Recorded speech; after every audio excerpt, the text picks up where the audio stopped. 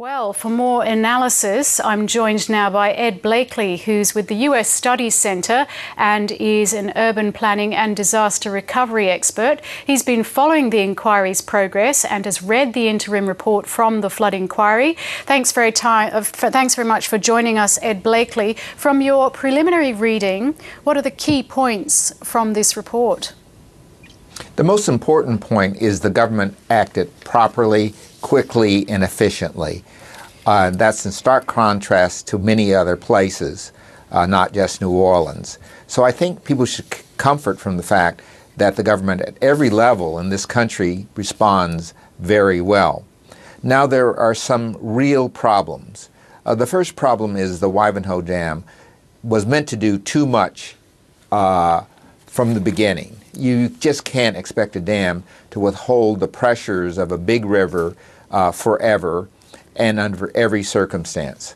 The second thing is, as noted, managing that dam was not an easy task, and the manual to manage it left a lot of room and ambiguity. And I know, having been in a crisis, you take the best responses you can when you can. A rule book does not help. And the best place to look at that is what happened in Japan, where they followed the rule book. Okay, you say that a lot of expectation was placed on the Ivanhoe Dam. In reports like this, after disasters like this one, are people looking to blame individuals for what happened? Because it wasn't an individual that caused the flooding, was it?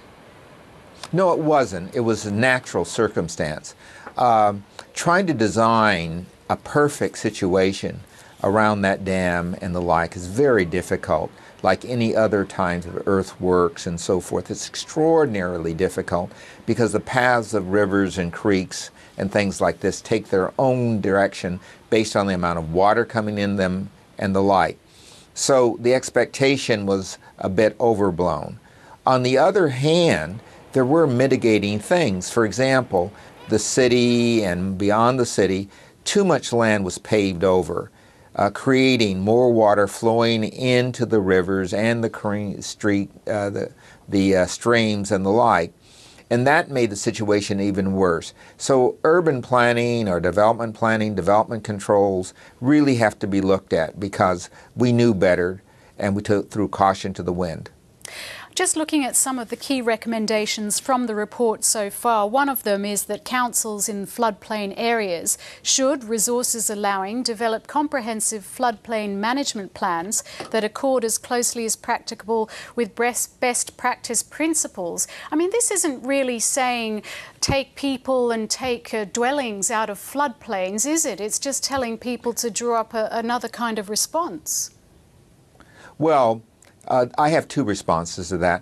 One of them, many of these councils just are too small to do a comprehensive best practice plan.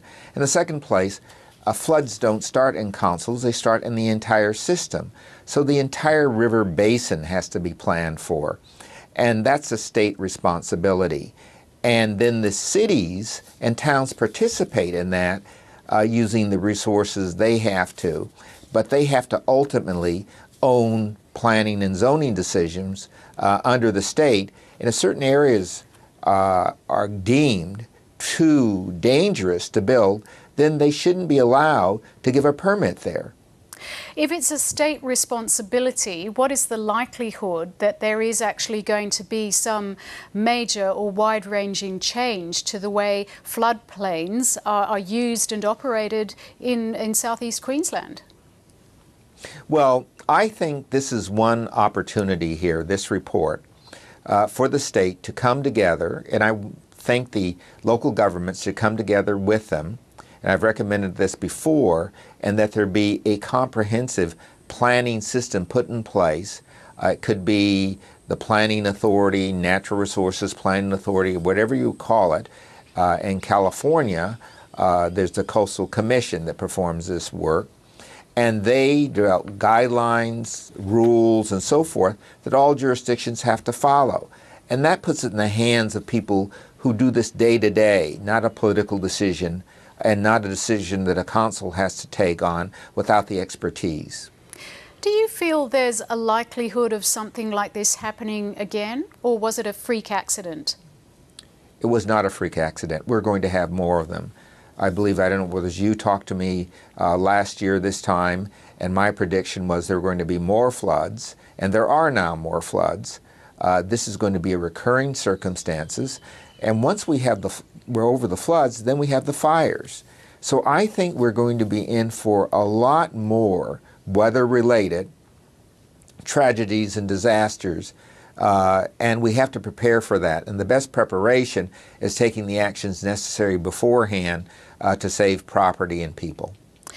What are the implications for the state government, given this is a week out from an election? Well, I'm not a political scientist. But does it mitigate I'm the a government? technician. Does it mitigate the government in some respects, since they were seen to have acted fairly responsibly?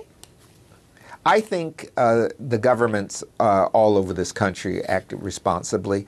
I think, as I said before, the Premier did a wonderful job during that crisis, so did the Prime Minister and the like.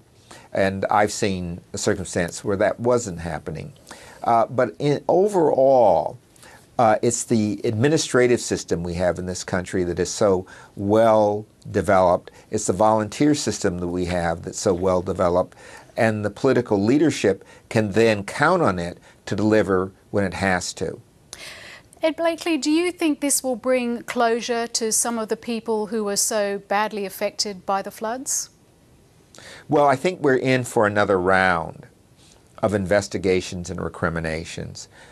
This report will allow some insurance companies to say, aha, if somebody wasn't doing the right thing, we shouldn't have to pay any damages. On the other hand, there'll be people who say, well, they did the best they could and we shouldn't be responsible for it. So I think we're in for another round of this. I think the lawyers will be the beneficiaries of all this. Interesting. Ed Blakely, we really appreciate your time and your analysis of this very important report. Thank you so much. Thank you.